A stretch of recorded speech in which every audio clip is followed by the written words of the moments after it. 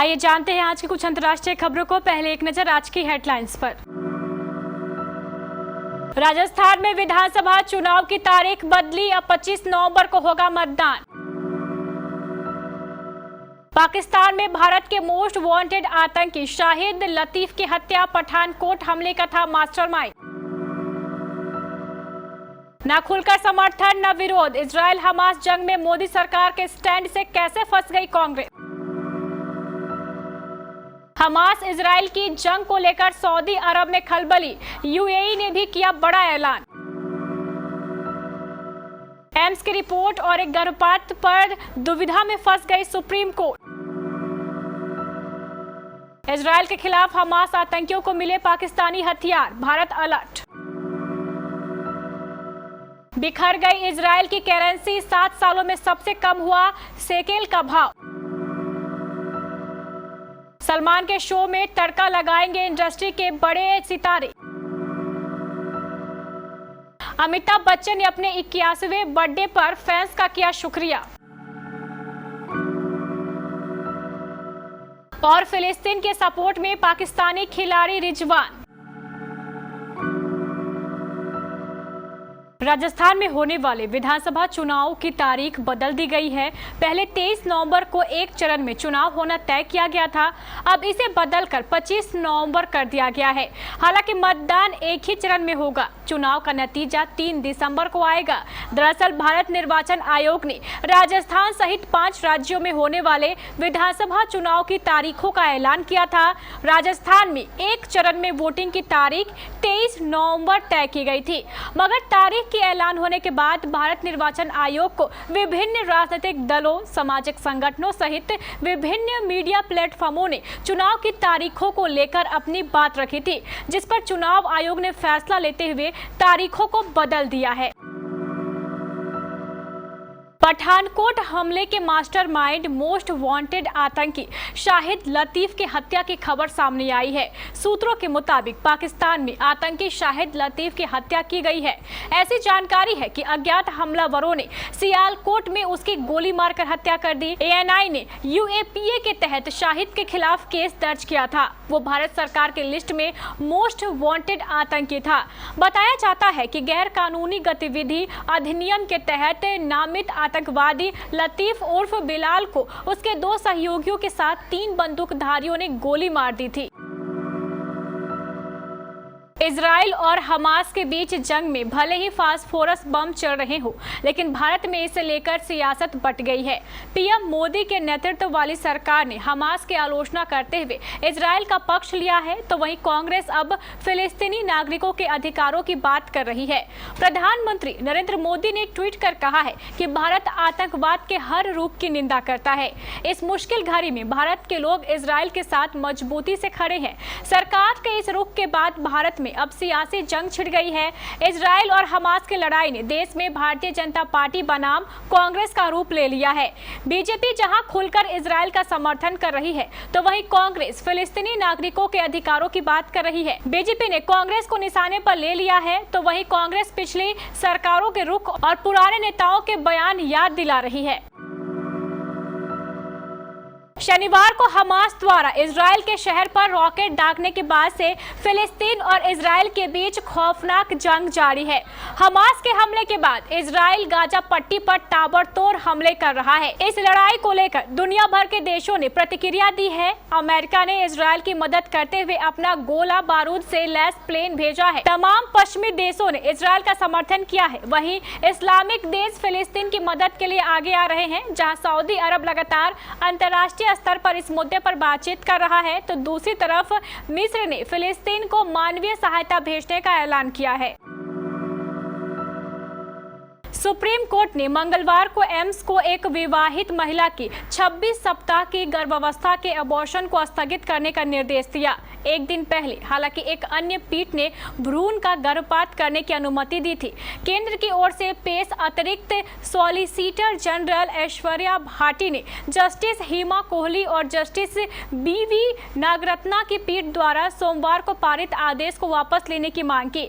हालांकि एक अन्य सुनवाई के दौरान जस्टिस नागरत्ना रत्ना ने केंद्र की इस अपील पर नाराजगी जताई। उन्होंने कहा है कि एम्स की ओर से पेश की गई रिपोर्ट में स्पष्टता का अभाव था।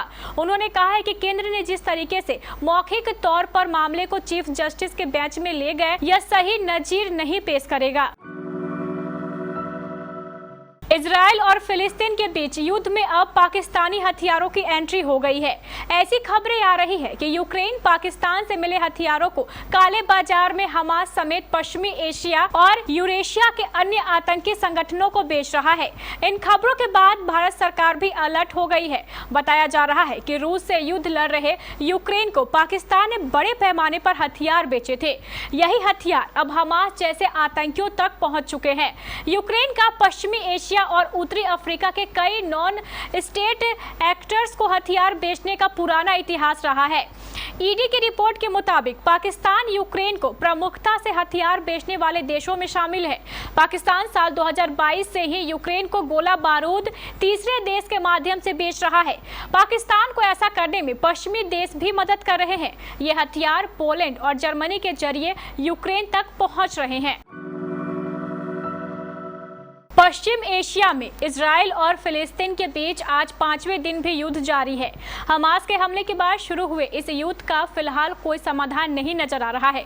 इस बीच इजराइल की करेंसी शेकेल को तगड़ा नुकसान पहुंचा है और उसकी वैल्यू कई सालों के निचले स्तर पर आ गई है। रॉयटर्स की एक रिपोर्ट के अनुसार सोमवार को इजराइल की करेंसी शेकेल में 2.5% से ज्यादा की गिरावट आई थी। वह मार्च 2020 के बाद किसी एक दिन में शेकेल के भाव का सबसे बड़ा उतार चढ़ाव है। आज भी शेकेल के भाव पर दबाव बना हुआ है। अभी $1 के मुकाबले शेकेल की वैल्यू कम होकर 4 के करीब पहुंच गई है। यह 7 से 8 साल में शेकेल की सबसे कम वैल्यू है। बस कुछ दिनों का इंतजार और फिर शुरू होगा रियलिटी शो की दुनिया का सबसे controversial show big boss 17। Salman Khan ने शो के लिए कई प्रोमो शूट किए हैं। फैंस इस सीजन को देखने के लिए काफी उत्साहित है। इस बार के सीजन में ऐसे कंटेस्टेंट को लिए जाने की बात सामने आई है जिनका एक्टिंग के अलावा सोशल मीडिया के फील्ड में भी रुतबा कायम है। बिग बॉस 17 के लिए ईशा मालवीय, यूट्यूबर सनी आर्या, अरमान मलिक, पायल मलिक, कवर ढिल्लो जैसे सितारों का नाम सामने आया है। इसी कड़ी में 2 और नाम शामिल हो गए हैं। ये 2 नाम उन एक्टर्स के हैं जिनकी टेलीविजन इंडस्ट्री में अच्छी पहचान है। साथ ही फैंस के बीच ये अपने लुक्स और दोस्ती को लेकर काफी फेमस है।